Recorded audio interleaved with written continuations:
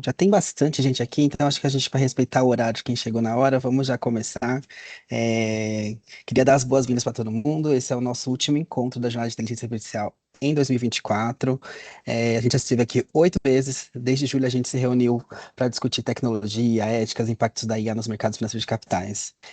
Hoje a gente está aqui para falar um pouquinho de futuro. Uma viagem um pouquinho mais generalista, que vai nos permitir entender onde a gente está e para onde a gente vai quando é esse tema em nosso mercado. O nosso convidado é o Michel Zappa, daqui a pouquinho ele vai se apresentar, mas antes eu queria chamar o Zeca Dorretti, nosso diretor executivo, para dar uma palavrinha com vocês. Tá bom. Obrigado, Lucas. Bom, pessoal, bom dia a todos e a todas. Estão me escutando bem?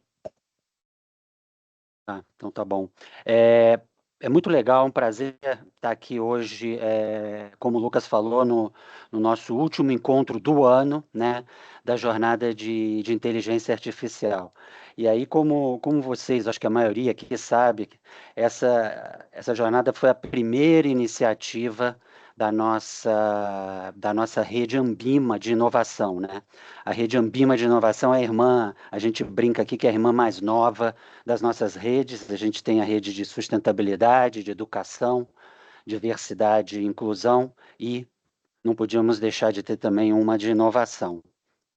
Como o Lucas falou, a gente está chegando hoje aqui no nosso oitavo encontro e último encontro do ano, né? E a gente chega aqui com, assim, muito feliz por estar cumprindo essa fase da jornada, que na nossa visão aqui foi um sucesso muito grande. Deu muito trabalho, vocês sabem como é que é montar toda essa estrutura e acompanhar, mas a gente está chegando aqui muito feliz e muito contente com esse primeiro resultado da nossa jornada de inteligência artificial. Vou trazer aqui para vocês alguns números aqui para vocês terem ideia do sucesso dessa jornada. A gente teve ao longo desses 8 encontros, aí, a gente começou em julho passado, mais de 2.000 profissionais de mercado participando das atividades, né, nos encontros, criando, que nem a gente falou várias vezes, criando conexões, contribuindo com insights e de uma maneira geral, aprendendo a usar a inteligência artificial no dia a dia do mercado, né?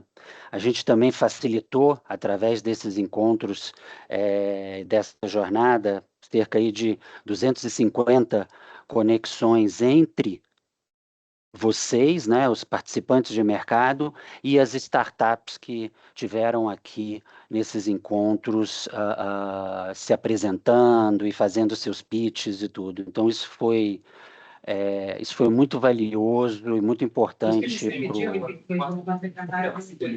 para mim. Por favor, tem alguém? Ah, tá bom, já foi. E esses números aí, esses primeiros números que a gente apresenta, já mostra o interesse, né, do mercado de capitais em entender e explorar cada vez mais a inteligência artificial e que a gente está transformando o dia a dia dos profissionais e das entidades, né? E esse é o objetivo da Ambima com essa jornada, procurando aumentar o diálogo entre os especialistas e o mercado de capitais, apresentar soluções e assim por diante, né? Só relembrando, a gente teve de julho para cá, a gente começou com, vocês vão se lembrar, com a masterclass da Clara Durodier.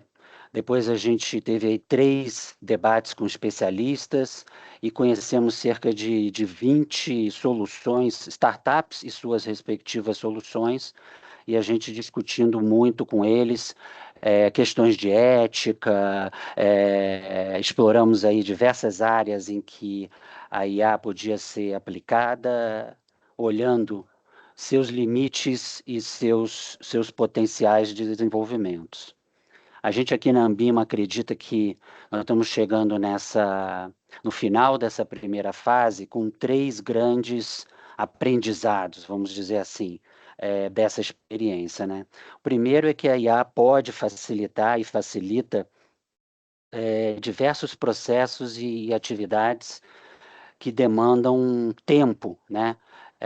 Processos e tempo do mercado de capitais. Então, ela pode vir para facilitar, para agilizar muita coisa que a gente já faz hoje em termos de tecnologia, em termos de processo, né?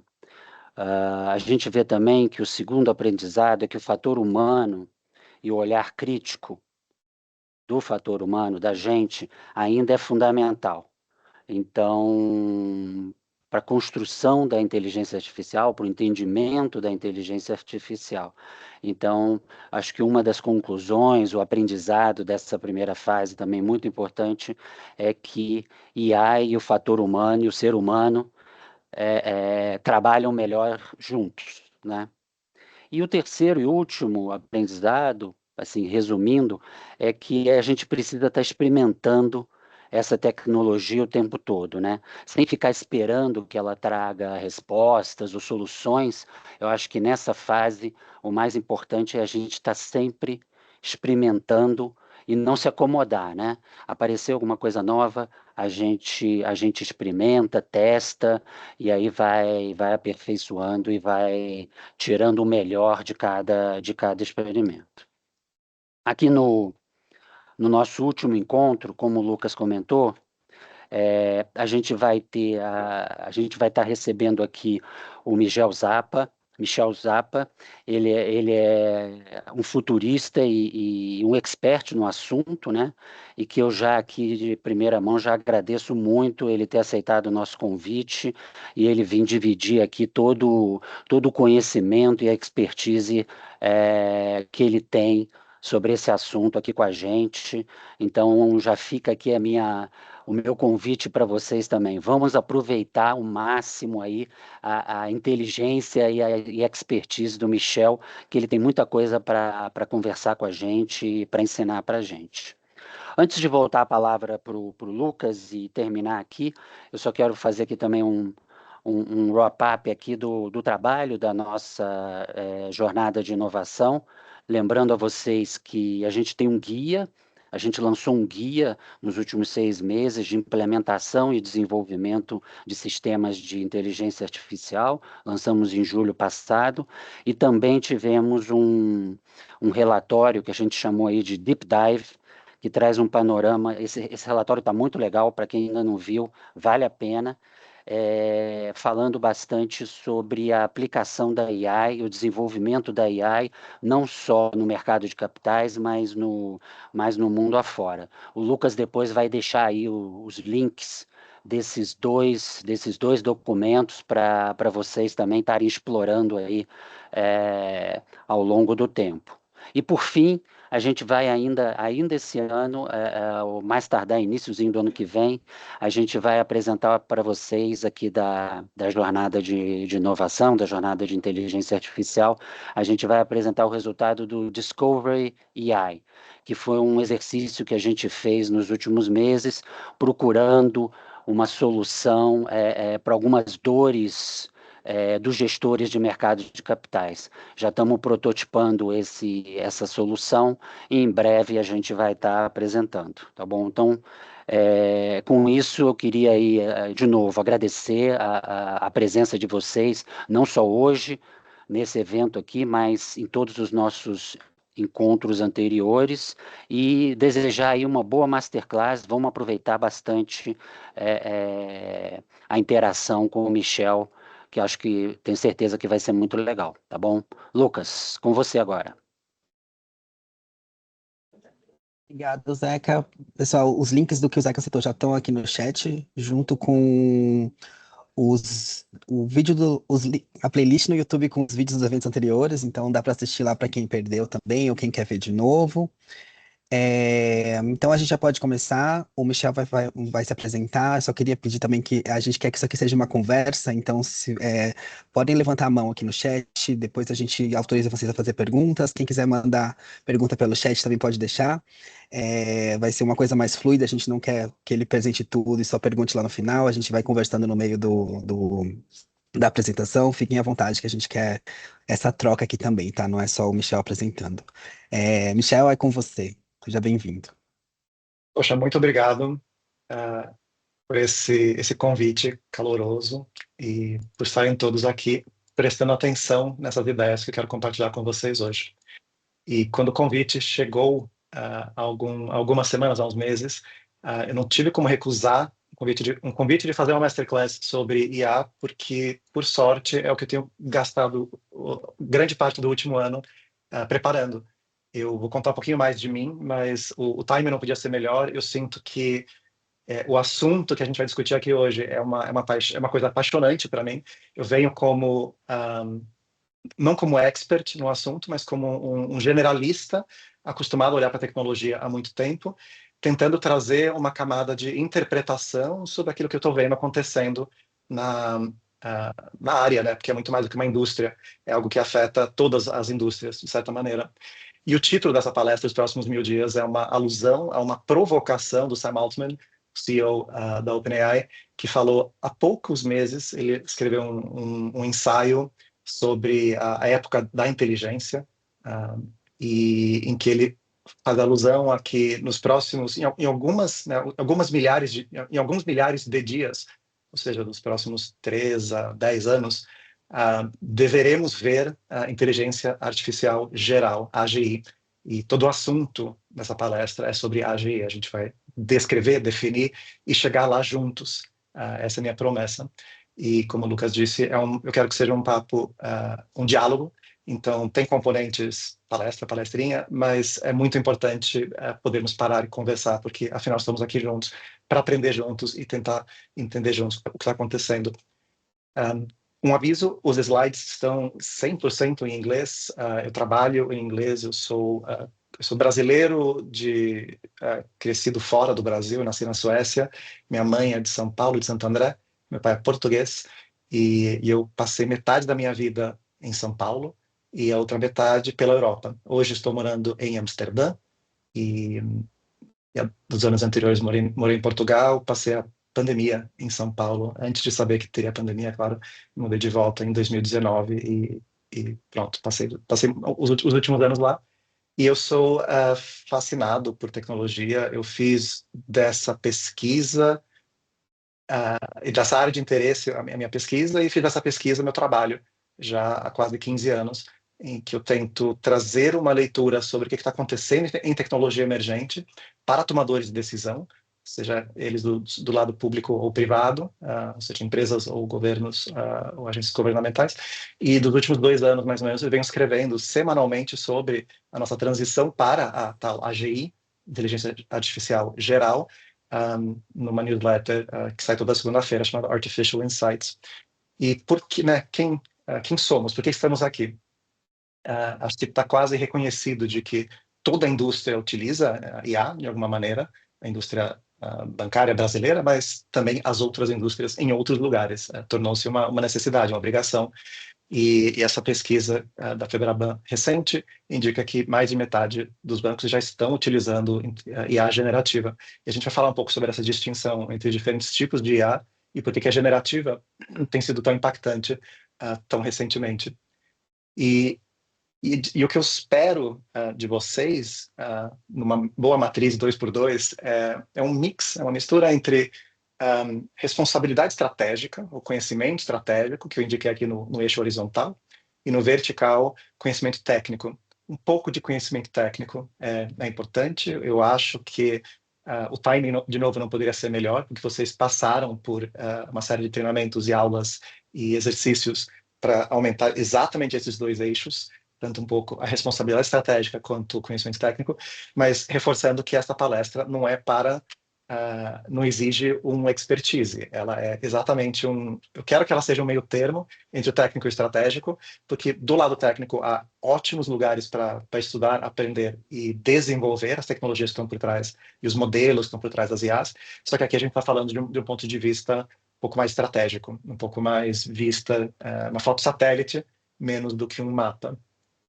E o que eu espero que vocês tirem disso é uma série de memes estão espalhados pela palestra, eu espero que sejam relevantes, mas é um pouco de ensaio estratégico, ou seja, o que a gente consegue fazer com a mudança que está acontecendo, um pouco de vantagem competitiva e também um tanto de skills práticos, né, de técnicas práticas que quero que vocês tirem da palestra, que não seja só teórica, não é só onde estaremos daqui a 10 anos, não, é onde estamos agora e para onde estamos caminhando.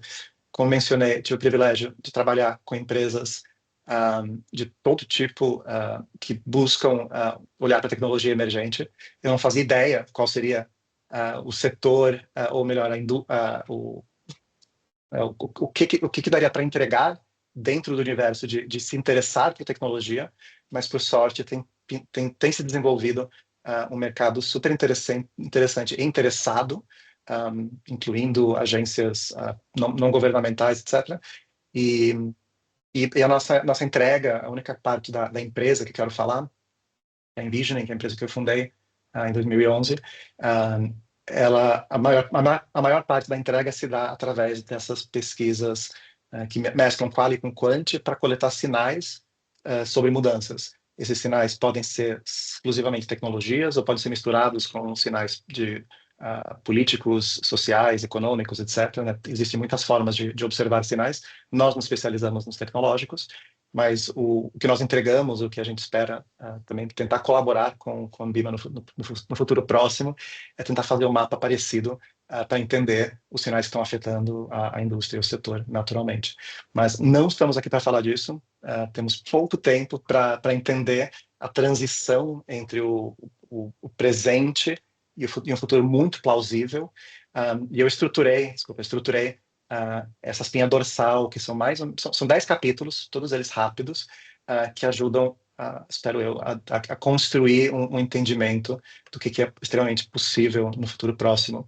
E o fundamento de tudo é a ideia de mudança exponencial. A lei de Moore foi um dos cofundadores da Intel nos anos 60, no final dos anos 60, ele percebeu que os microprocessadores fabricados por ele estão ficando aproximadamente 2 vezes mais rápidos ou 2 vezes mais potentes, mais ou menos a cada 24 meses, né, a cada 2 anos, e isso permaneceu. Essa observação tem mais de meio século e segue. Então, tem uma linha de aumento de capacidade computacional dentro de tudo aquilo que é TI, tecnologias de informação. Ou seja, armazenamento, processamento, compartilhamento de dados, todos eles crescem exponencialmente e o custo vem diminuindo, o custo dessas mesmas coisas, de memória, transmissão de dados, etc. E não isso é uma observação, né? É uma observação empírica, não é uma lei da física, mas ela tende a continuar acontecendo. E ela mexe com nossas expectativas, né? Então, este meme de alguns meses atrás, falando que a arte generativa tiraria os empregos dos designers, e aqui o designer generativo recebendo um emprego, com essas mãos muito esquisitas. E tem uma certa graça, isso aqui já foi verdade, mas, claro, se a gente pedir para o Midjourney ou qualquer modelo de imagem avançado produzir mexe qual é a mão, ele faz uma imagem fotorrealista. Só que isso não significa que os modelos fazem exatamente o que vocês querem. O que nós queremos, quer dizer. Então, se você pede, por exemplo, para fazer uma foto de salmão subindo o rio, há uma interpretação possível que é essa, que não era exatamente o tipo de salmão que você imaginava quando você pediu. Ou seja, a linguagem é muito difícil ser específico, e quanto mais a gente experimenta e se aproxima aos modelos, mais a gente entende onde está essa silhueta de capacidade ou falta de capacidade. A gente vai voltar a esse assunto algumas vezes ainda. E até toda a tecnologia tem uma direção, né? Ela evolui de formas quase previsíveis. Então, qualquer artefato, qualquer dispositivo tecnológico, a gente consegue, de certa maneira, traçar a origem dela. Entender do Kindle, né, do leitor de livro eletrônico aqui do lado direito, e as tecnologias, né, aqui indicando 2, mas foram centenas de tecnologias que fizeram essa tecnologia presente se tornar possível. Então, é uma espécie de uma escada infinita de avanço e mudança. E a tecnologia mexe com nossas expectativas. Ela muda a forma que a gente acha que o mundo deveria funcionar. A gente passava quando tinha fome, agora a gente clica, e é muito difícil voltar à sua expectativa. Isso em termos acadêmicos é chamado de sonambulismo tecnológico, né? A gente vira sonâmbulo, a gente pensa que a tecnologia é uma coisa que a gente pode pegar na mão, observar e depois descartar, mas não é assim. Ao ter pego, a gente já sai alterado e já mexeu com a expectativa de como é que o mundo poderia e deveria funcionar. E a tecnologia é tudo que a gente cria. A agricultura, não só as notas, as cédulas e as criptos, mas o conceito de dinheiro é fundamentalmente tecnológico, é uma construção, é uma ilusão compartilhada que tem determinados artefatos. A mesma coisa com comunicação, a forma que nós domamos o fogo, tudo isso é fundamentalmente, profundamente tecnológico. A aplicação de ciência em qualquer ocasião é tecnologia. E todas as tecnologias caminham meio que nessa direção, de maior complexidade, menor preço, etc. E existe uma categoria de tecnologias também chamada de GPT. Então, nós temos o ChatGPT, que é do transformador pré-treinado generativo, o GPT, mas também tem, do inglês, tecnologia de propósito geral, General Purpose Technologies. E uma tecnologia de propósito geral é a roda, é a escrita, são as máquinas industriais, o celular, a internet. Nós passamos por algumas dessas tecnologias na nossa vida, né? Acho que no máximo meia dúzia, não, menos. 4 dessas tecnologias nós devemos ter vivenciado, né? Todo mundo nasceu, imagino eu, no mundo que já tinha eletricidade, telefone. O computador surgiu em nossas vidas, ou um pouco antes, talvez. Internet, celular e IA são as tecnologias que nós estamos, né, vivenciando hoje. Ou seja, a cada 10, 20, talvez 30 anos tem uma tecnologia de propósito geral, transformadora, e todas elas tendem a ser absolutamente disruptivas. É muito difícil imaginar um mundo antes. E não há expert em IA. Eu acho muito importante reforçar isso aqui. A gente sente que deve ter alguém que entende tudo. Não, porque a IA ela acontece na intersecção de diversas indústrias, áreas, setores, linguística, ciência de dado, ética, filosofia, matemática. Se não fosse por todas essas, não existiria a IA. Ela não é só a matemática, a computação e a estatística. Você precisa do todo o resto para considerar a inteligência ser artificial, de fato. Ela não é só o cálculo. E a quantidade de marcos que tem nos afetado tende a está em pleno crescimento. Então, aqui fiz uma linha do tempo, os principais marcos dos avanços de textos acadêmicos e produtos, principalmente, e quando que eles saíram.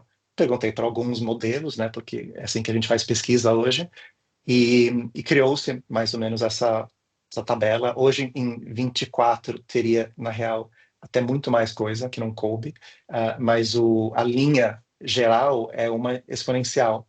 Ou seja, tal como a linha verde aqui falando que a realidade é exponencial e as nossas expectativas são lineares, isso se dá porque a gente superestima o curto prazo da tecnologia e a gente subestima o longo prazo. A gente acha que a tecnologia vai ser muito mais transformadora do que ela é, a gente esquece dela e ela acaba absolutamente mudando nossas vidas. E isso é verdade para todas elas. É muito difícil manter uma visão objetiva, real, sobre quão transformadora ela será. Porque nós estamos sempre nesse crescimento exponencial. Tem sido assim nossas vidas inteiras e não tem de acabar agora. Não tem porquê, não há evidência nenhuma de que vai parar agora. E as tecnologias de IA, os apps de IA, por enquanto, estão tendo uma adoção rapidíssima, só que uma retenção baixa. Ou seja, no gráfico do lado esquerdo, o ChatGPT adquiriu 1 milhão e 100 milhões de usuários na questão de dias, sendo que Netflix demorou uma década para conquistar 100 milhões de usuários. Só que a retenção é relativamente baixa, que é o gráfico do lado direito, as barras roxas, mostrando que o ChatGPT, por exemplo, tem uma retenção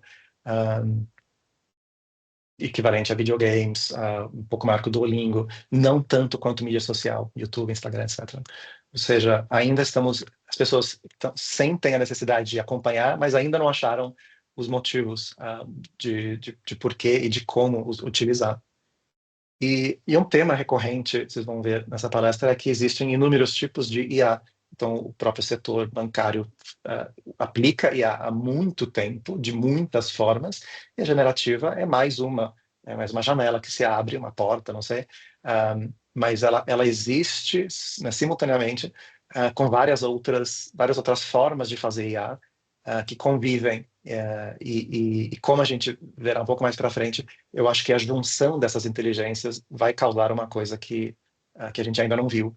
Eu acho que a junção delas é interessante, mas individualmente, para quem tem uma arrozeira, uma máquina de fazer arroz, ela tem IA. Às vezes diz na caixa, a gente tira sarro e fala, não, mas como assim? Mas é um tipo que sente a proporção, né, o peso, tem uma balança interna e sente a quantidade de água, vapor, arroz, utilizando um algoritmo muito simples, mas que é uma forma de inteligência artificial, chamada máquina reativa, tecnicamente correto e um bom indicador de que a IA tem muitas manifestações.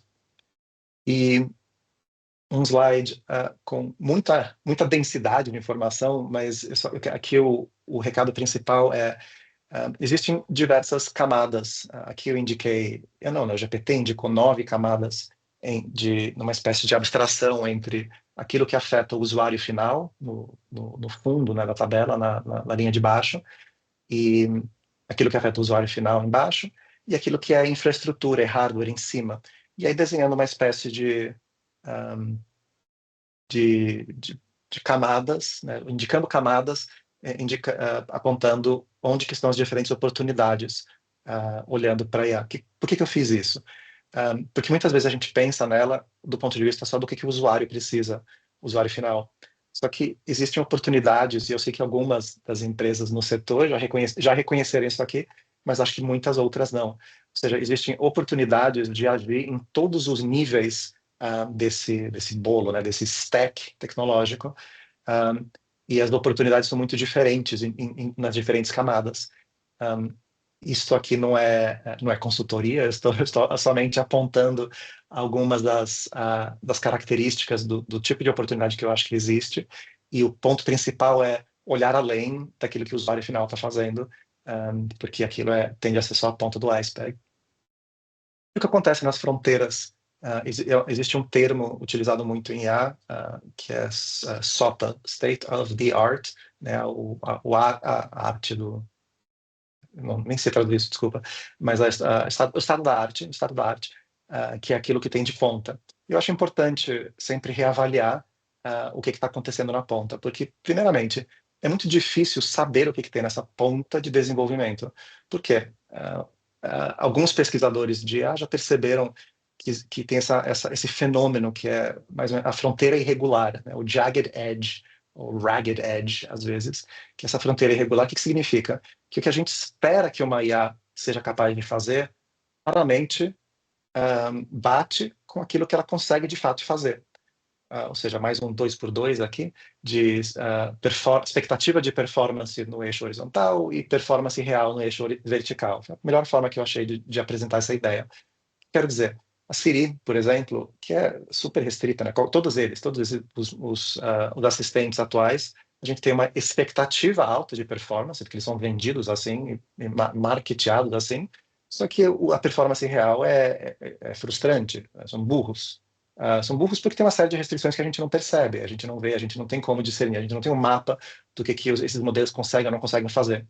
E no quadrante oposto da Siri tem o ChatGPT, quando saiu em 2023, AlphaGo, que foi um grande marco, a gente vai falar disso mais tarde, mas foi um grande marco na capacidade de aprendizagem profunda, né, deep learning, de ganhar em jogos. Ninguém esperava uma performance muito grande e todo mundo foi pego de surpresa.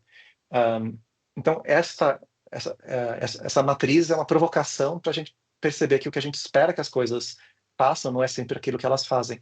E é muito, muito, muito difícil generalizar o que os modelos fazem, porque o caso de uso é diferente de pessoa em pessoa. Mas nem por isso a gente deve ignorar o que está acontecendo na ponta, no estado da arte. Então, aqui é um modelo de imagem chamado Flux, que saiu há 3 meses, e gera imagens que são fotos, só que sobre qualquer coisa que você quiser. Existe uma grande aposta em wearables. Uma série de empresas tentou, né, lançar diferentes maneiras de você trazer para perto a inteligência, né, tirar do celular. O meu palpite pessoal é de que as empresas que já fabricam relógios e fones de ouvido tem muito mais futuro aqui do que tentar entrar do lado de fora, mas acho que a direção é clara. A gente tende a vestir nossas inteligências. Em termos de robótica, é um momento interessantíssimo em que o hardware de robôs tem melhorado muito nas últimas décadas, só que eles eram relativamente restritos em termos de software, capacidade, e, naturalmente, isso mudou. Então, hoje, essas restrições, claro, não estão mais lá, então tendemos a ver muito e muito, muito robôs ao redor. E eu não coordenei com a entrada, com a apresentação no começo, Zeca, mas eu queria reforçar que a gente está pensando exatamente nas mesmas coisas quando ele falou sobre a importância da perspectiva e do envolvimento humano em tudo isso.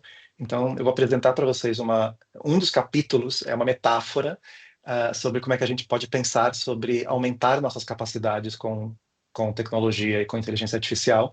E é uma apresentação, este trecho, essa apresentação que eu faço há literalmente uma década, e muito antes da inteligência artificial ser tão visível.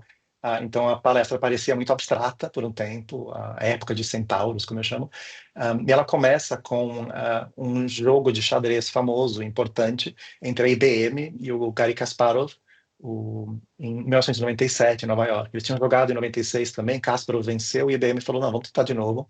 Time de marketing da IBM, claro, tentando apresentar os supercomputadores como os próximos grandes jogadores. E para quem lembra desse jogo, para quem soube desse jogo, o Kasparov perdeu, a IBM venceu, e a história tornou-se totalmente uma em que a inteligência de um é colocada contra a inteligência do outro, simplesmente. E o que é uma história, né? Não é, se é verdade, não vem ao caso, mas é uma história. Histórias têm poder. Então, mas a história muda para quem acompanha o que Kasparov fez em seguida. Então, Kasparov, percebendo que não faria sentido tentar praticar mais contra o computador para jogar de novo no ano seguinte, ele pensou, vamos criar uma nova categoria de xadrez, vamos repensar o xadrez. Então, ele criou uma categoria chamada xadrez freestyle, né, xadrez livre, ou xadrez centauro, né, centauro, a ideia de meio pessoa, meio cavalo, da mitologia grega, mas o xadrez centauro você joga com um computador contra outra pessoa com um computador. Ele disse que era tão perturbador quanto empolgante essa experiência. E das últimas 2 décadas, assim, os melhores jogadores nos chamados jogos cegos, em que você não vê o seu oponente, são centauros. Ou seja, você não precisa ser a melhor jogadora de xadrez, você não precisa ter o melhor computador. O que você precisa é conhecer a sua máquina melhor do que o seu oponente, porque juntos vocês operam muito melhor do que sua máquina faria. Isso estritamente no xadrez, isso varia um pouco ano a ano. Então, eu estou acompanhando esse fenômeno, esse termo, desde 2015, e de vez em quando, no xadrez, naturalmente, tem um momento em que as máquinas são melhores, aí as pessoas aprendem a usar essas máquinas, esses algoritmos, essas IAs, e aí tendem a jogar um pouquinho melhor. Então, para quem acompanha xadrez, os jogadores humanos estão aqui em verde, então os melhores jogadores performam, tem uma nota de até 2.900, uma nota comparativa de jogo, e os melhores softwares têm até 3.500, e há evidência de que centauros performam até mais do que 3.500, dependendo do momento. Então isso aqui é muito específico para o xadrez, aí você pergunta, tá, mas daí... primeiro, é uma metáfora, que é a ideia de você conseguir aumentar suas capacidades, né, sua inteligência, seu acesso, aquilo que você tem alcance, você consegue aumentar esse alcance através da utilização inteligente desses sistemas, um pouco como o Neo no Matrix, mas também consegue trazer isso para dentro das operações e tomar decisões de forma centaura. O que quer dizer com isso? Há mais de uma década, quando o Netflix comprou os direitos de House of Cards, era uma série da BBC, antes de virar Netflix, foi a primeira grande aposta deles em conteúdo customizado, ou seja, eles estavam licenciando conteúdo na época e estavam entrando tanto no streaming quanto no conteúdo próprio, e falaram, como é que a gente maximiza nossas chances de acerto numa produção tão grande, né, querendo investir, sei lá, $100 milhões. Então, a Netflix, sendo uma empresa de dados, tornou-se a fontes como o IMDb, Internet Movie Database, né, que é um banco de dados de filmes na internet, entre outras e outras e outras fontes. Tudo isso aqui é aberto. Eles falaram sobre isso, tem entrevistas com as pessoas envolvidas. Acho fascinante a história. Eles utilizaram dados abertos e dados de todos os tipos para tomar decisões criativas. Então, a paleta foi escolhida a partir de insights sobre os dados, os atores, o diretor de fotografia, etc.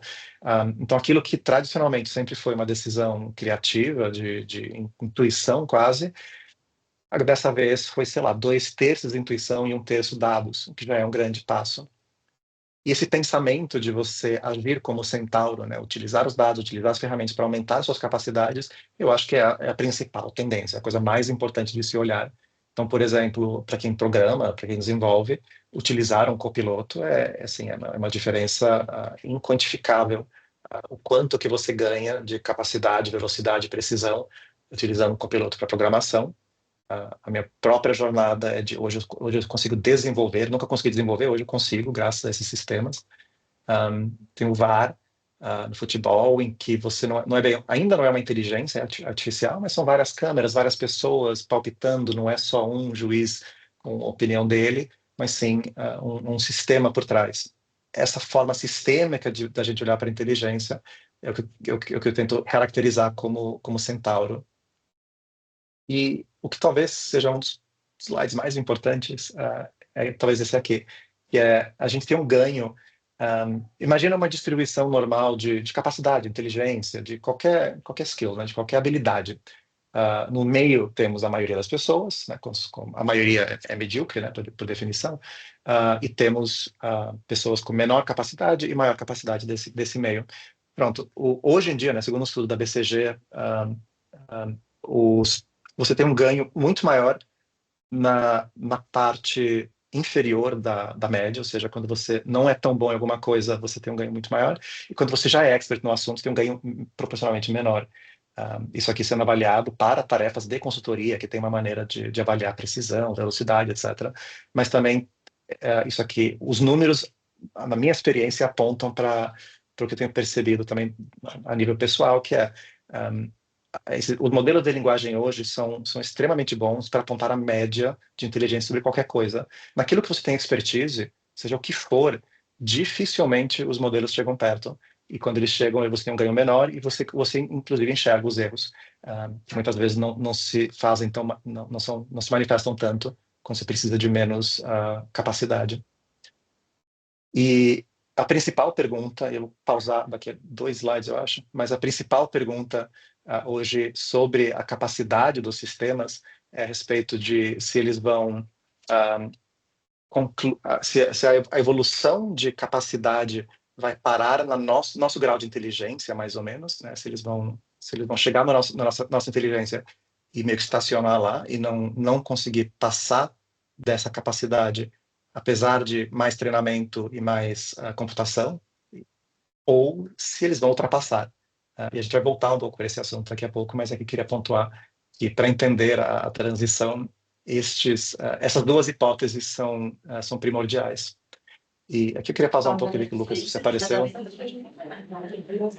Não temos perguntas, mas o Evandro deixou um comentário aqui que ele falou que toda vez que usa o Waze ou o Google Maps, ele sente que está sendo um centauro, que ele dificilmente conseguiria ir em lugares sem o apoio desses aplicativos. Acho que é Poxa, um jeito de traduzir o conceito, né? é perfeito. Eu usei por muitos anos o exemplo de Waze exatamente porque você está, como centauro, porque você está treinando a máquina, inclusive. Porque ela não sabe onde tem carros, mas você tendo o Waze aberto, você acompanha, ou melhor, o sistema aprende contigo, né?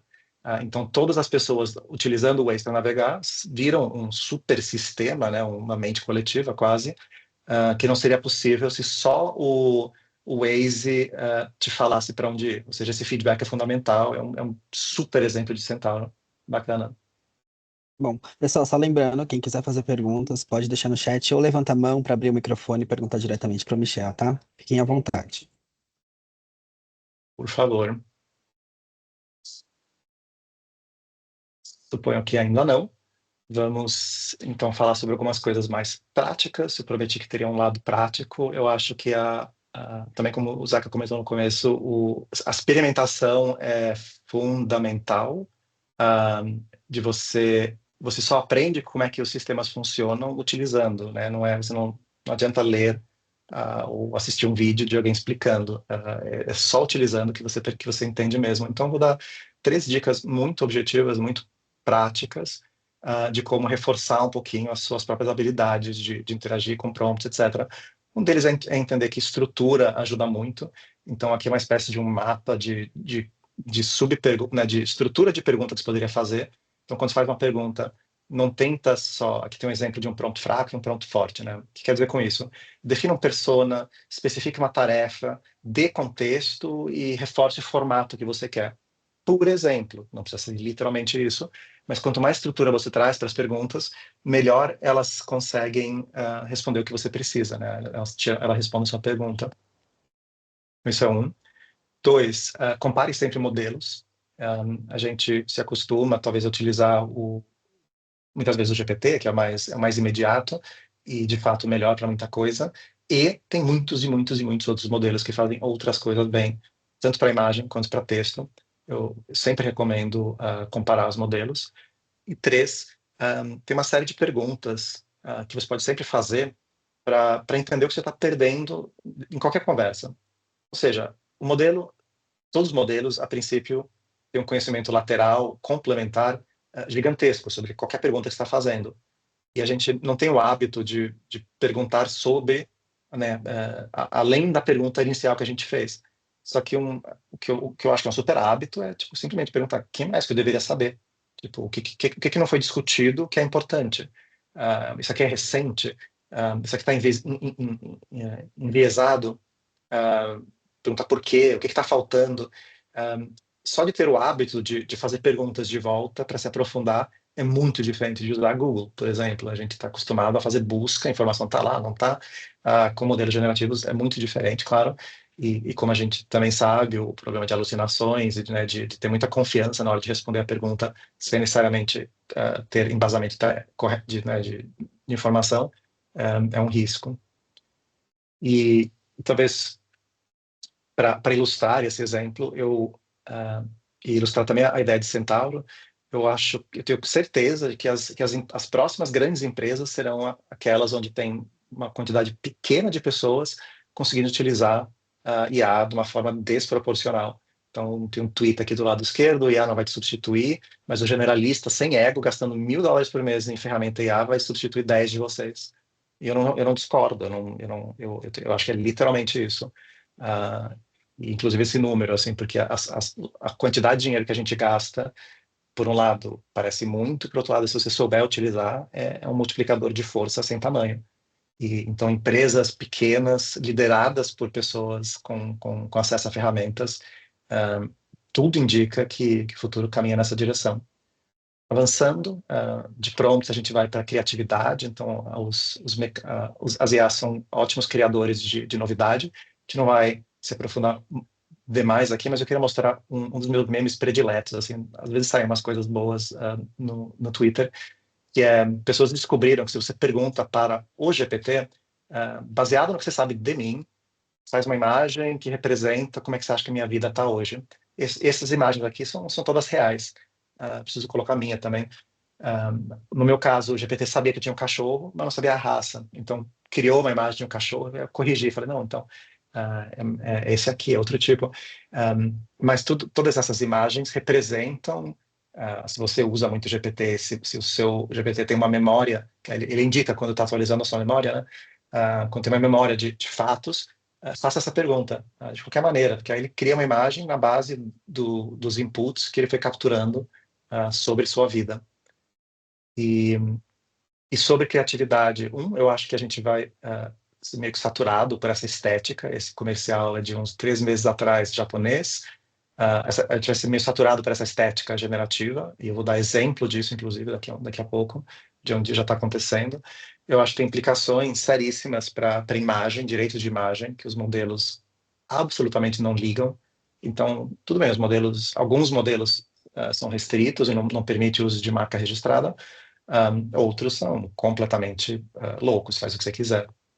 E aqui eu não vou nem colocar o áudio, mas só para pontuar que esta semana saiu o comercial da Coca-Cola do natalino, né, como todo ano, e como já perceberam, é generativo, né, é feito com modelo de difusão, e previsivelmente foi muito criticado, muito questionado. Claro, a Coca é um alvo gigantesco, então é muito fácil falar deles, todo mundo tem uma opinião.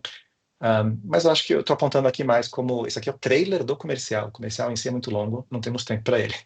Mas eu não tenho... Não é nenhum palpite pessoal sobre o que eu acho, é mais indicar para onde a bola está indo e como é que as pessoas... Para onde a conversa está avançando. O progresso natural de criatividade, para mim, vai para código. Código é uma espécie de linguagem, né? Programação é linguagem, mas é uma linguagem que consegue ser provada de estar correta ou não. Ou seja, não tem um poema, não existe um poema errado. Um poema é um poema. Mas código errado existe. Ou ele compila ou ele não compila. E o fato dele ser testável, né? Eu esqueço o termo técnico, dele ser validável, faz com que os modelos de linguagem consigam aprender com o desenvolvimento, de fazer desenvolvimento de maneira extraordinária. Isso aqui seria uma outra masterclass, assim, a gente vai fazer a versão de helicóptero aqui muito rapidamente, olhar para o que os sistemas permitem fazer, mas tem muito para aprofundar. Então, o Andrzej Karpathy, aqui embaixo tem um tweet falando que a linguagem de programação mais quente hoje é o inglês, ou seja, a linguagem natural, porque você consegue programar em linguagem natural como nunca antes. E a imagem em cima é o exemplo de Claude, não sei quem utiliza. Claude, há uns meses, lançou algo chamado Artefatos, e que é o painel do lado direito. Tem lá uma calculadora. A calculadora em si é generativa, ou seja, o pedido foi: cria uma calculadora com tal e tal e tal características.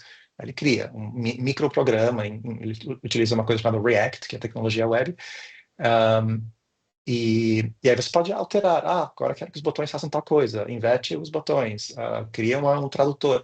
Você vai desenvolvendo o programa em linguagem natural e conversando com o modelo sobre esse desenvolvimento. O modelo não faz 100%, ele faz uns 80%, você tem que trazer os outros 20% para a mesa, você tem que saber o que está fazendo. Mas assim, para quem tem 20% e não 100%, é a diferença entre conseguir fazer alguma coisa ou não conseguir fazer. E o que para mim tem sido assim, absolutamente iluminador. Eu criei, para quem quiser ver com muito mais detalhe, eu falo bastante disso na newsletter, mas assim, eu tenho feito um app por mês, maioria web, mas todo mês assim, tem um projeto, alguma coisa que só se torna possível porque existem essas ferramentas de prototipagem rápida e você conseguir corrigir as coisas com muita facilidade. Então, para quem é programador, já tem que utilizar esses mecanismos, já usa, né? Não tem como não. E para quem ainda não é programador, existe de repente é muito diferente você programar. Não é como era há um ano. E daqui a um ano, eu nem consigo imaginar o que vai ser possível. E se a gente tem sistemas que conseguem aprender e criar coisas, o próximo passo são chamados agentes. E o agente, em termos técnicos, em termos generativos, é um sistema capaz de perceber o seu ambiente e corrigir o seu comportamento, ou seja, tem um loop de informação, ele observa, altera e corrige o seu comportamento, e é uma forma de caminhar na direção de inteligências gerais. Eu vou detalhar um pouquinho mais o que são essas inteligências gerais aqui daqui a pouco, mas pense como um agente entre o meio termo entre um software tradicional, que faz uma coisa especificamente que você pediu, e uma inteligência geral, que faz qualquer coisa. O agente é o meio termo. E aqui um estudo da Goldman Sachs no ano passado, indicando os empregos, né, do ponto de vista agêntico, quais são os empregos que mais correm risco de serem substituídos ou transformados, e os empregos administrativos e legais estão bem no topo dessa lista, curiosamente, mas todas com mais de 40% de chance, ou disposição, enquanto a média está em volta de 1/4, né, 25%. Estou muito curioso para ver dados atualizados. E alguns exemplos disso acontecendo. Um é a Presto, que é uma empresa que saiu da MIT e substituem o drive-thru com um IA.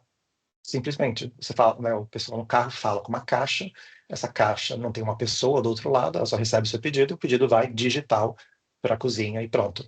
Não tem erro e é um agente invisível. A pessoa que compra não faz ideia se ela interagiu com o robô ou não. Um pouco mais evidente são coisas como carros autônomos, a Waymo, grande investimento da Google, talvez a próxima grande, o único grande acerto futuro da Google, além de busca e publicidade. Tudo indica que vai ser a Waymo, que foi um experimento tecnológico por mais de década, mas que está rapidamente conquistando novos territórios, e eu acho que é através desse tipo de carro autônomo que a gente vai ver mudanças sérias de como que, né, nas próximas décadas ainda, mas de como é que a gente se locomove. Dois exemplos um pouco mais próximos, um é Harvey, que é meio que um GPT, ainda está nos Estados Unidos, mas é um chatbot focado, especializado em conhecimento legal, não substitui os advogados, mas auxilia eles bastante.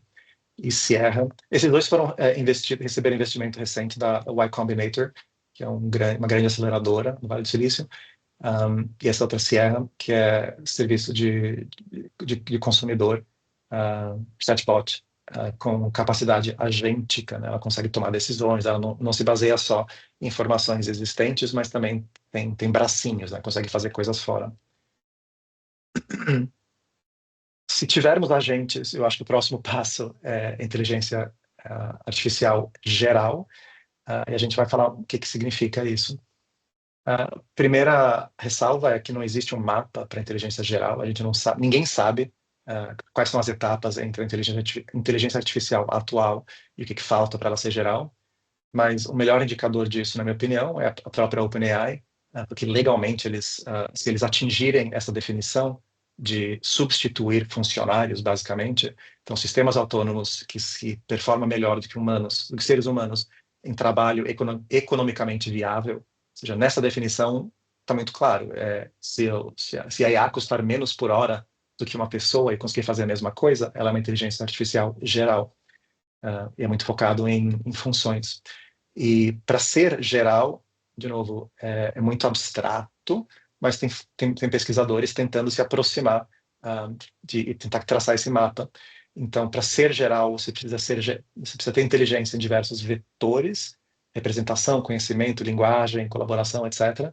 E essa figura meio com duas orelhinhas, parece um gato virado, essa linha no meio é o meu próprio chute, dentro dessa estrutura, é meu próprio chute de onde nós estamos. Eu acho que para conhecimento e aprendizado, os modelos estão absolutamente avançados, mas ainda falta desenvolver em outros eixos para poder chamar de para poder chamar a inteligência de geral. Eu acredito fortemente que a AGI vai ser uma combinação de modalidades, então, voltando ao slide anterior, em que temos vários tipos, bem, terão outros também, e juntos eles serão gerais. Então, é um sistema que consegue interagir com outros, e a gente não percebe. É generativa quando precisa, é preditiva quando precisa, e assim por diante. Um outro termo que é utilizado, e que talvez vocês passem a usar muito mais, é superinteligência, que acontece quando as inteligências artificiais excedem a nossa própria capacidade de conhecimento e conseguem performar melhor do que todos os seres humanos. Isso é ficção científica hoje, mas não significa que não vai acontecer. Quando que a AGI deve nos atingir, né? Quando que ela deve acontecer? Os mercados de predição, e para quem acompanhou as eleições estadunidenses há 2, 3 semanas,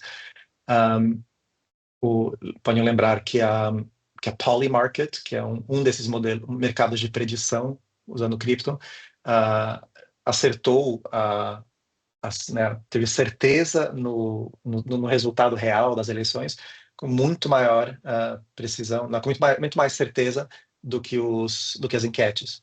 Sabia-se que Trump ganharia há muitos meses já nos mercados de predição. Mas eles são mágicos? Não, claro que não. Mas é um market, né, um mercado em ação, colocando dinheiro para validar o que acredita. Esses mesmos mercados podem ser aplicados para qualquer coisa, né? Mercado de predição pode ser aplicado a qualquer coisa, e aqui é uma indicação de que a maioria das pessoas acham que a AGI, né, a inteligência artificial geral, estará conosco em 2032. Assim, é amanhã. E esse número só está diminuindo, né, ele só vem reduzindo. Para quem ainda quer mais evidência, eu recomendo fortemente este paper chamado Sparks of Artificial General Intelligence. Ele me fez começar a escrever a newsletter há 2 anos. Assisti o vídeo desse Sebastian Bubeck, pesquisador da Microsoft. Falei, pronto, não tem volta, porque há muita e muita e muita indicação de que esses sistemas que a gente está construindo hoje performam em eixos e dimensões que a gente mal começou a entender ainda. Para quem quer se preparar para a inteligência geral artificial, para a AGI, as principais coisas, talvez, reconhecer, desenhar cenários e antecipar quais serão as oportunidades da sua empresa, né, dentro do setor, se isso tudo acontecer. 2, rastrear sinais de mudança, entender o que está acontecendo e onde e como é que isso vai me afetar, e preparar as pessoas para pensar como centauros, né, aumentar suas capacidades, mesmo como foi reforçado no começo, experimentação, criar o hábito de usar as ferramentas. Uma empresa no setor financeiro que, na minha opinião, age com a cabeça de quem já pensa em agir há muito tempo, é Ant, na China, Ant Financial, e que tem mais de 1 bilhão de clientes pela Ásia, e de 10 a 15 mil funcionários. Eles investem em automação desde o começo, sempre foi uma empresa de IA, por acaso também age no setor financeiro. Eles têm esse lema interno que é 310, que é 3 minutos para a pessoa pedir um empréstimo, 1 segundo para aprovar, ou seja, um algoritmo, e 0 intervenção humana. E parece estar funcionando. Claro, outro contexto, outro mundo, outro continente, mas enxergando para onde a bola está indo. O que poderia possivelmente dar errado? Vamos falar um pouquinho de risco. Vou trazer 4 conceitos. Um deles é o que talvez a gente mais tenha ouvido falar, que é essa ideia de alucinação, ou seja, os modelos generativos são estocásticos, eles são randômicos, eles são imprevisíveis. Isso significa que eles não acertam sempre, eles não sabem quando não estão acertando. Então, às vezes, traz uma criatividade indesejada, e a gente chama de alucinação. E o extremo oposto disso é a ideia de robustez, de que quando que um modelo está trazendo sempre o resultado que você quer. E quando você consegue atingir robustez, você consegue escalonar a sua abordagem. E outros 2 termos, um é a ideia de alinhamento, é um termo técnico, alignment, que diz respeito a quanto que a IA como um todo está alinhada com os objetivos dos seres humanos. Como é que a gente mede isso? Como é que a gente estima? Bem, aí começa a pesquisa, mas conceitualmente, alinhamento é um termo que eu acho que a gente vai ouvir muito mais ainda, e a explicabilidade, que é o quanto que o sistema consegue contar como é que ele está tomando decisões e fazendo ser compreendido pelos humanos. Lucas, quer trazer pergunta? Tem alguns comentários e perguntas aqui, vamos lá. Ótimo. Primeiro um comentário, o Igor falou que ele recomenda o livro do Nick Bostrom, Superintelligence, Paths, Dangers and Strategies, falou que é muito bom, tem algumas curtidas aqui.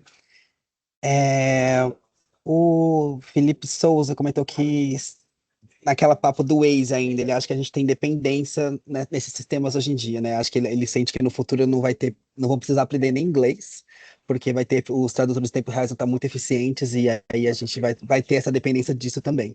Então, ele fala que é um trade-off inevitável na opinião dele.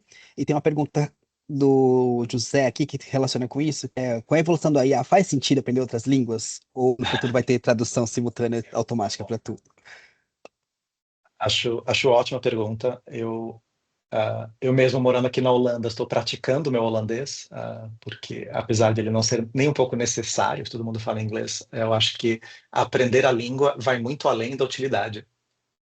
Então, fazendo do exemplo ser um pouquinho mais pessoal, talvez, então, com toda certeza, assim, daqui 5 anos, 10 anos, estes mesmos fones que estamos usando hoje, para vocês terem ideia, esse AirPods Pro, eu acho, ele tem a capacidade computacional de um iPhone 4.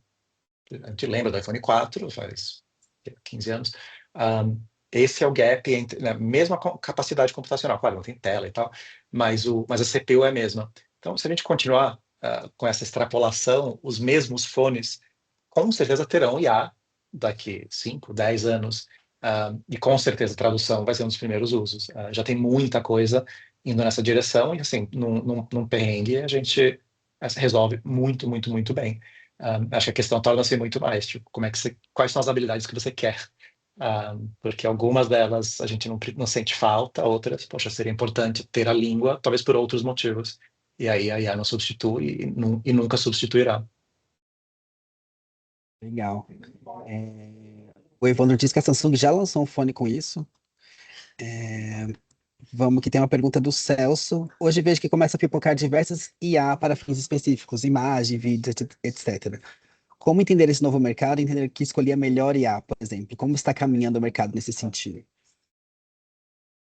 Ótima pergunta. Eu sinto que já começou as perguntas e respostas. A própria conclusão que falta é muito mais uma provocação. Então, acho legal a gente já começar a conversar e daqui a pouco a gente vê os últimos slides. Mas eu quero muito responder essa pergunta. Eu acho que é uma experimentação, então você testar e tipo, correr atrás é primordial. E comparar dentro dos seus casos de uso. Então, o que significa o resultado estar bom para você? É porque o cliente que leu a resposta do chat não pediu para conversar com o ser humano, pronto, foi um sucesso. Mas é uma pequena forma de você avaliar a qualidade de uma resposta, por exemplo. Ou porque a imagem atingiu o que eu queria que ela fizesse. Você precisa de medidas, né, indicadores, para saber se o modelo está acertando ou não. Se você não tiver medidas, você está sempre dando tiro no escuro. E às vezes, assim, às vezes é bacana, você aprende muita coisa, você aprende que elas fazem, não fazem, mas em termos de negócio mesmo, você precisa ter uma utilização, um objetivo claro e conseguir avaliar quão perto aquela abordagem, aquela solução, aquele prompt, aquele app, quão perto ele está chegando desse objetivo. Senão, você fica sempre numa esfera teórica e você não sabe se está atingindo o resultado ou não. Faz sentido? Total. O Lucas Bucheroni levantou a mão aqui. Lucas, pode falar, fazer sua pergunta. Se puder abrir a câmera, falar de onde você é. Fala pessoal, tudo bem? Tá conseguindo me ouvir aí? Super. Sim. Show de bola. Primeiramente, bom dia, Marco. Bom dia, Lucas. Pessoal, esse é um assunto que realmente é uma loucura, né? Não é simples de você debater assim, não. Eu já tenho 41 anos, então estou vivendo todas essas fases aí e adoro estudar sobre o assunto. A minha pergunta fica em cima da legislação, porque se você for fazer uma análise, eu vejo muito esses filmes de ficção como um preparativo para a sociedade, como você acaba de falar aí, para a sociedade ela aceitar esse movimento tecnológico, você tem que ter um incentivo para ela também, né? Para que ela acredite que isso daí não vai ser algo incrivelmente como passa nos filmes, assim, as máquinas tomando conta. A minha pergunta, assim, viajando muito, como fica a legislação? Porque está todo mundo investindo isso, desenvolvendo o Caramba 4.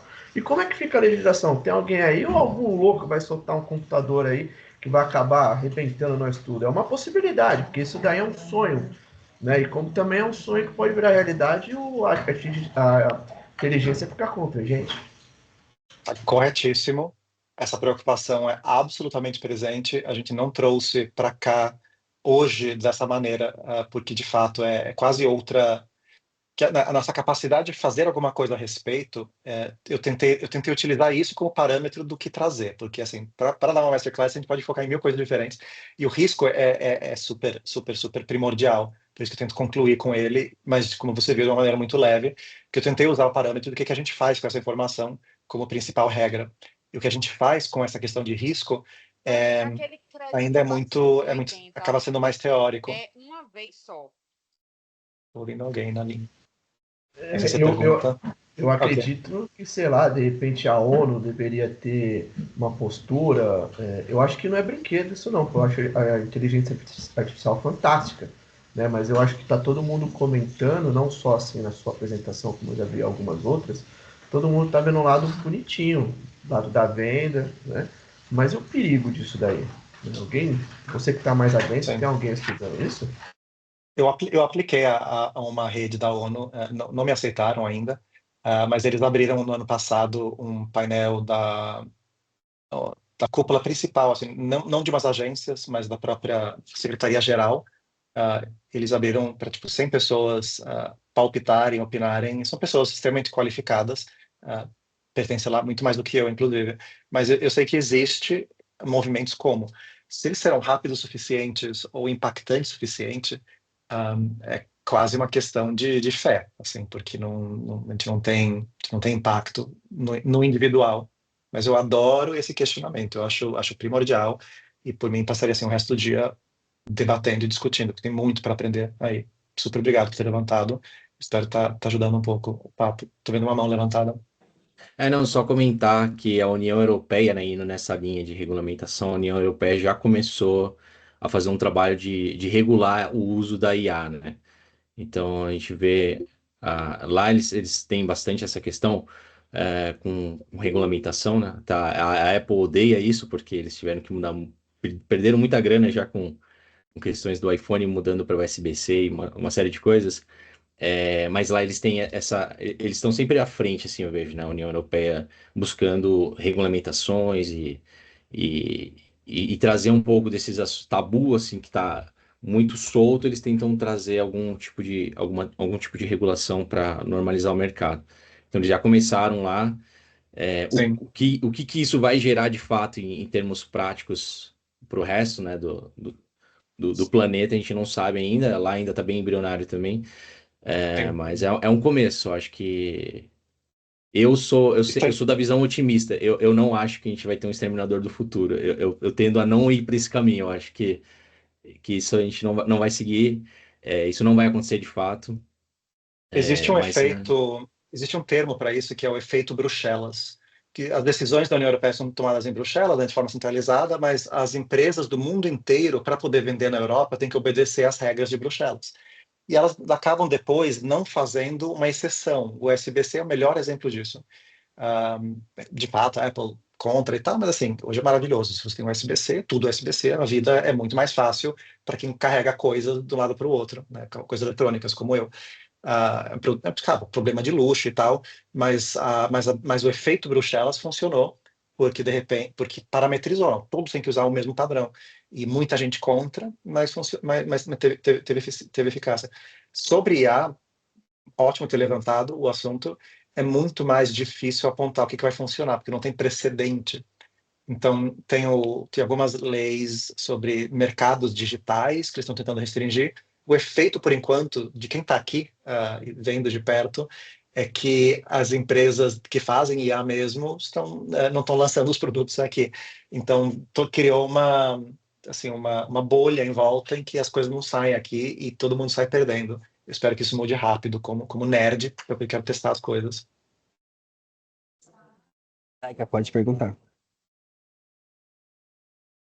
Não, na verdade, não é nem perguntar, é só complementar aqui um pouco a resposta que o Michel deu em relação aos reguladores e tal. O que a gente vem acompanhando, pelo menos no mundo de mercado de capitais, que é a IOSCO, que é a associação, é a confederação de todas as comissões de valores imobiliários, já vem acompanhando a questão da aplicação da IA no mercado de capitais, obviamente, de uma maneira assim. A decisão há uns anos atrás foi: vamos acompanhar, vamos soltar orientações para segurança, questão de segurança cibernética, do uso consciente, das questões éticas, mas não vamos ainda soltar regulamentações mais fortes, porque tem uma preocupação, pelo menos desse grupo de reguladores, e que é o que a Anbima vem fazendo também, é que a gente, com a regulação, não iniba a inovação. Então, a gente tem que, como a coisa ainda está se transformando praticamente diariamente no mundo da inteligência artificial, né? Então, assim, acompanha algumas orientações gerais, mas não soltar nenhuma regulamentação específica, porque pode inibir a inovação, alguma coisa que vai trazer melhorias para o mercado de capitais em questão de meses e assim por diante. Isso tem sido, não estou aqui julgando se é bom ou ruim, mas isso tem sido a postura dos reguladores de mercado de capitais, principalmente, tá bom? Obrigado. Eu vou fazer uma proposta. Everton, você topa fazer a primeira pergunta daqui 2 minutos, quando a gente concluir? Assim eu consigo passar pelos slides. Com Ótimo. certeza. A gente conclui rapidinho, e porque assim, eu estou adorando esse papo, e claro, para mim o grande ganho é ter essa conversa com vocês, porque os slides eu já conheço, só que as questões são sempre novas.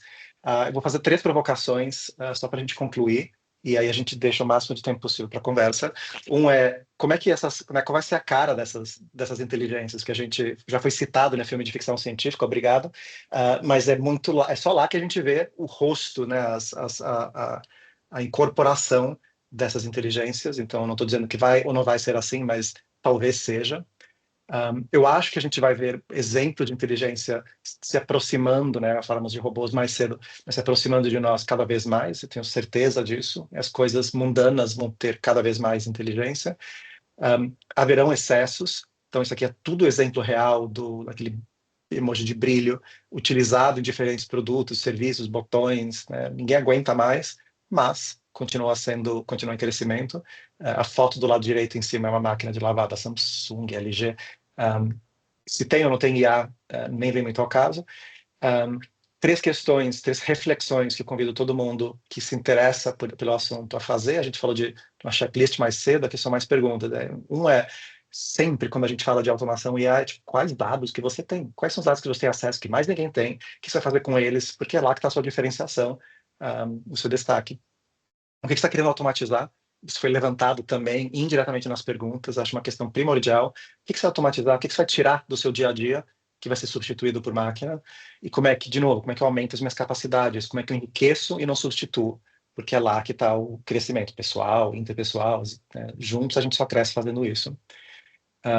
Como eu disse, tem uma newsletter semanal, ainda só em inglês, mas tem uma comunidade, WhatsApp, a gente tem para quem quiser seguir, tem um grupo de WhatsApp, lá dentro tem uma comunidade de WhatsApp, dentro dessa comunidade tem um canal PR, e eu convido todo mundo que gosta dessa questão a acompanhar, porque essa newsletter tem sido, para mim, a melhor forma de aprender o que está acontecendo. Eu não escrevo para os outros, assim, todo mundo está convidado a ler, mas eu não escrevo para os outros, eu escrevo para mim, porque assim, eu aprendo, eu lembro o que estou vendo, e nasce coisas como essa masterclass, que, de novo, o timing foi impecável de vocês pedirem para eu fazer, porque ela estava pronta e só foi melhorada, claro, para hoje, mas estava pronta porque é uma coisa que, poxa, todo mundo tem que parar e pensar nessas coisas.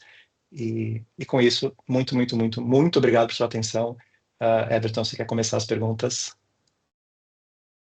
Claro. Primeiramente, bom dia a todos. E, Michel, muito obrigado. Que apresentação incrível.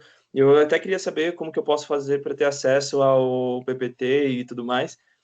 A gente compartilha, bem lembrado. O Lucas já tem acesso e manda para quem quiser. A gente vai compartilhar em seguida pelos e-mails de todo mundo que se inscreveu aqui, tá? Maravilha, obrigado, Lucas. Pessoal, eu sou o Everton, eu sou o atual recém-eleito presidente da Liga de Inteligência Artificial aqui do Mackenzie, e nós temos lá 50 alunos de diversas disciplinas observando o tema, né? E nossa busca é acompanhar o estudo acadêmico por volta desse assunto e, ao mesmo tempo, as ferramentas e as novidades sociais, né, e mercadológicas voltadas à IA. E, no final das contas, o que eu gostaria de trazer como pergunta, e até uma espécie de papo de conversa, são relacionados aos projetos que nós temos planejado em desenvolver no primeiro semestre de 2025. Eu queria saber, Michel, até de uma ótica internacional, o que você observa como projetos interessantes, os principais projetos a serem desenvolvidos em relação à inteligência artificial. Eu digo numa ótica tanto de mercado, né, necessidades de empresas, como no ambiente acadêmico, Então, um aspecto um pouco mais técnico, você comentou, por exemplo, como explicabilidade da IA, que é algo que a gente tem debatido bastante, e também de um aspecto pessoas, né, público em geral. Então, considerando esses 3 níveis, o que você entende como projetos interessantes, ambientes ou inovações que, por parte dos alunos, seria interessante de ter no radar, de caminhar por Código esse aberto. caminho de desenvolvimento? Eu acho código aberto, open source, Llama, Mistral. Eu acho que, assim, coloca umas GPUs na sala, porque utilizar APIs da OpenAI todo mundo consegue. Eu acho que não tem muito aprendizado. Tem outro aprendizado lá, que é mais empresarial, focando em aluno, estudante. Adoraria fazer essa aula com vocês. Eu morei do lado do Mackenzie por muitos e muitos anos, passei na frente 1000 Seria um vezes. prazer. Não, vamos, só me chama.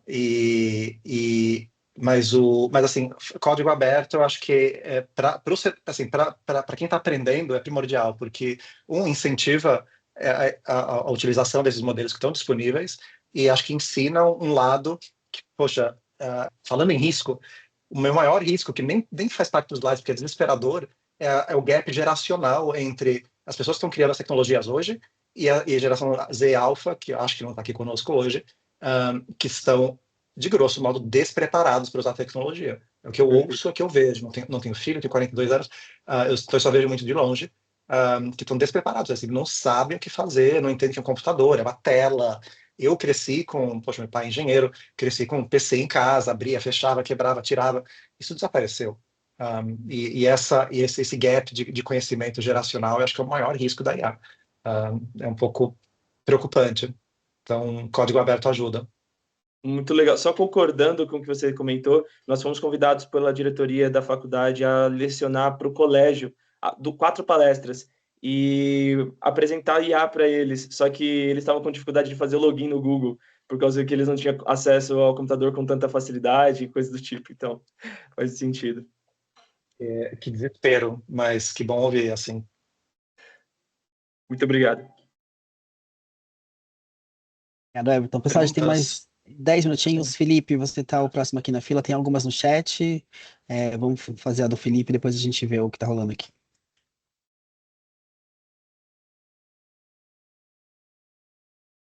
Opa, consegue me ouvir? Sim.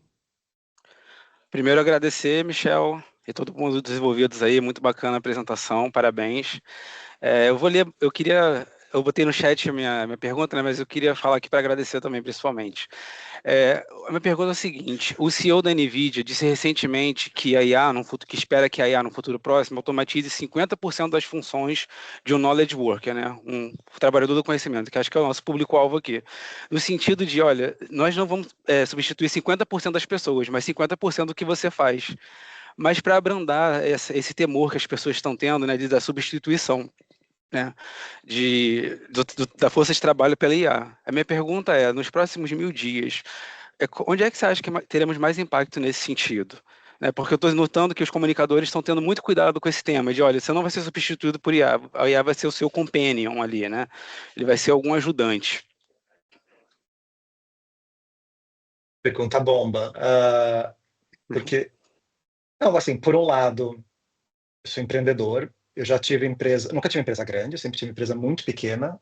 Hoje é uma empresa minúscula, estamos em 5 pessoas, nunca fomos tão eficientes. A gente teve 20 uma época e não tinha foco, não funcionava. Qual a moral da história? Eu não vou crescer essa empresa em termos de headcount, em termos de pessoas, enquanto os sistemas disponíveis continuarem a crescendo na capacidade que estão. Que eu não preciso mais de editor, não preciso mais de criador de imagem, de ilustrador, e assim por diante. Então, do ponto de vista de empreendedor que tem a escolha entre aumentar nossas margens ou expandir o nosso corpo de funcionários, neste momento eu só vejo um caminho. Eu acho que a maioria das pessoas está nessa segunda opção. Eu acho que as contratações estão mais ou menos estagnadas, pausadas, sendo questionadas, todas elas, porque está se descobrindo nesses últimos 24 meses, que tem GPT, basicamente, o que é preciso fazer com outras pessoas, o que é possível fazer com máquinas. Então, o que o Jensen Huang, né, o CEO, o fundador da NVIDIA, o que ele diz por um lado, é para apaziguar um pouco a preocupação das pessoas, porque não, todo um trabalho será melhor, um pouco, mas eu ainda acredito, por isso que eu acredito tanto no modelo Centauro, de de aumentar aquilo que a gente consegue fazer. O lado perigoso é quando você substitui a pessoa, mas a não contratação é uma demissão, né? Assim, se você pensar grande o suficiente, é a mesma coisa. Então, a gente não está demitindo, mas também não estamos chamando ninguém. Eu não respondi a sua pergunta, eu só fiz umas provocações em troca e espero que funcione, porque não tem resposta fácil. É uma pergunta de 1 trilhão. Tá, obrigado. E o pessoal também fala que tem uma máxima também agora, né? Se todo mundo for substituído, quem que vai comprar os produtos, né? Os produtos que vão ser vendidos. Então, é um trade-off bem, bem complicado mesmo. Mas muito obrigado, Michel. Obrigado. Obrigado, Felipe. Raíza, sua pergunta.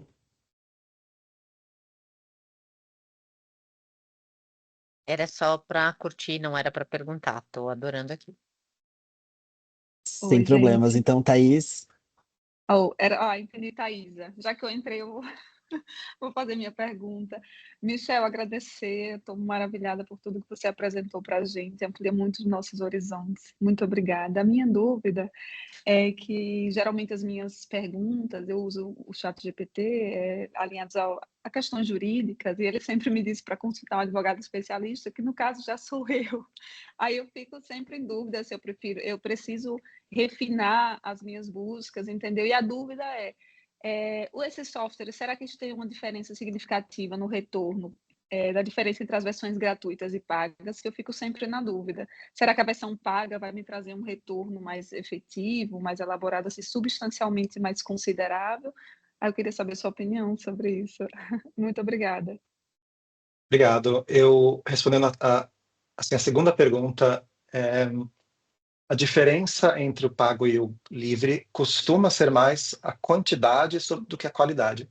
Ou seja, quando você utiliza o modelo livremente, ele tem a mesma capacidade que o modelo pago, salvo algumas exceções. Então, por exemplo, quando alguma empresa lança um modelo novo, às vezes ele só está disponível para as contas pagas por um tempo, depois ela se torna disponível para as outras, mas o mesmo modelo, para quem está pagando ou não está pagando, age da mesma forma. Isso é técnico, isso não tem muito como fazer essa distinção entre uma pessoa usando o modelo tem uma experiência, outra pessoa usando o mesmo modelo tem outra, ou seja, o modelo é o mesmo. O que eles fazem é que eles restringem suas respostas, né, ou suas interações para X respostas por minuto, por hora. E esse limite é muito menor na conta. Mas o bom disso é que isso se torna uma forma de você avaliar o que você precisa. Porque se você utiliza determinado modelo poucas vezes na semana, no mês, no dia, e sente que já está aprendendo alguma coisa com isso, já basta. Se você sente, poxa, eu preciso de mais e mais e mais, eu consigo utilizar, você paga. Elas, em sua maioria, custam R$100 por mês. Tem sido mais ou menos o parâmetro, $20, $15. Então, é um investimento significativo. Então, tem que compensar do outro lado. A minha experiência como usuário pesado dessas ferramentas é que quanto mais ferramenta eu uso, mais uso eu encontro. Então, eu vejo da ótica de, pelo preço de alguma dessas assinaturas, eu tenho o equivalente a N funcionários. Diferente, claro, não são autônomos e tal, mas é um pouco a forma que eu tento pensar sobre isso. Faz sentido? Faz sentido sim, Michel. Muito obrigada. Thaís. Pessoal, a gente está chegando no final. Vou deixar o Thiago fazer a última pergunta, mas só uns avisos. Eu deixei uma enquete aqui para vocês avaliarem o evento de hoje. Quem puder responder ajuda a gente bastante. Vou mandar todo o material, o link do grupo, a apresentação, as dicas que tiveram aqui no chat para vocês por e-mail, para quem se inscreveu aqui no evento.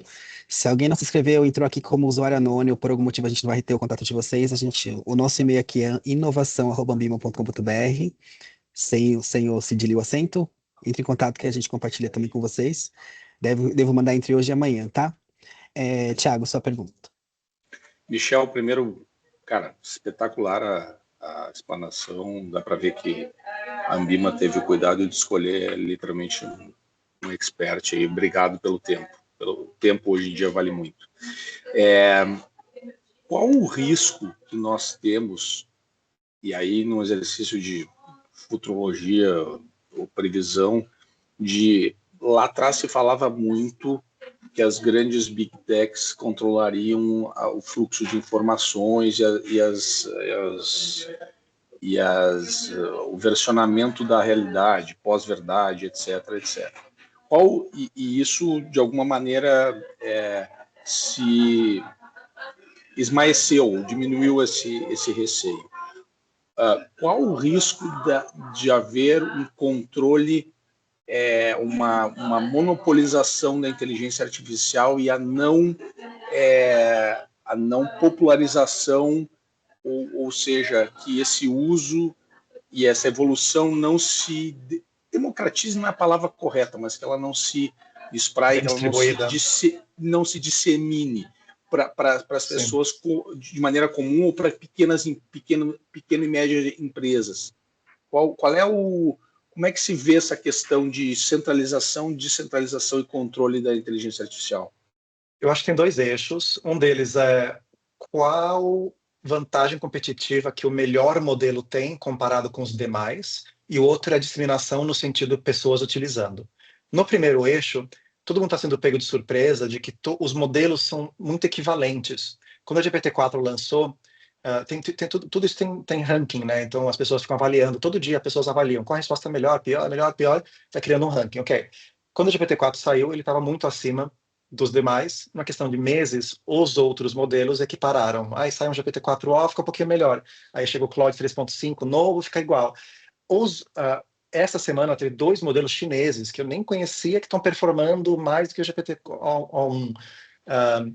Ou seja, a capacidade, a disseminação no sentido de não ter tanta vantagem competitiva no principal modelo, eu acho que isso é positivo. Ou seja, os outros modelos atingem graus parecidos muito rápido. Tem uma janela de 3 meses, 6 meses, não muito mais do que isso, para os melhores modelos. Aí tem outro tipo de disseminação, que as pessoas estão usando e usando bem. Poxa, nós, 100, 200 pessoas estavam na sala, vamos sair dessa experiência usando melhor. Como é que a gente dissemina isso? Como é que a gente instiga uma cultura de pensar, de utilizar, de questionar, que não vire uma cultura passiva, uma cultura desistida? Acho que essa é a questão, porque esse tipo de disseminação é muito mais difícil. Os modelos tem bilhões de dólares sendo investidos, GPUs sendo treinadas. Agora, colocar isso na mão de quem vai tomar decisão melhor, crescer economicamente, intelectualmente com esses sistemas, é outra questão, é outra discussão. Obrigado. Muito obrigado. Poxa, obrigado a todos vocês pela atenção, Lucas, Zeca, pelo convite. Foi muito, muito, muito, muito bacana. Obrigado, Adorei. Michel. Pessoal, espero que vocês tenham gostado. Acho que para mim também foi muito bom. Gostei da interação de todo mundo. Reforçando, a gente vai mandar tudo para vocês mais tarde. Depois a gente manda também o link do nosso guia, do Deep Dive, dos eventos que estão no YouTube. Essa palestra vai entrar no nosso YouTube também em breve. Quem quiser rever, compartilhar com quem quiser, vai estar também lá já, tá? É isso. Obrigado pela participação e até o ano que vem. Obrigado a todos. Pessoal. Obrigado, Michel. Obrigado. Valeu, pessoal. Obrigado aí. Parabéns aí. Obrigada. Sensacional.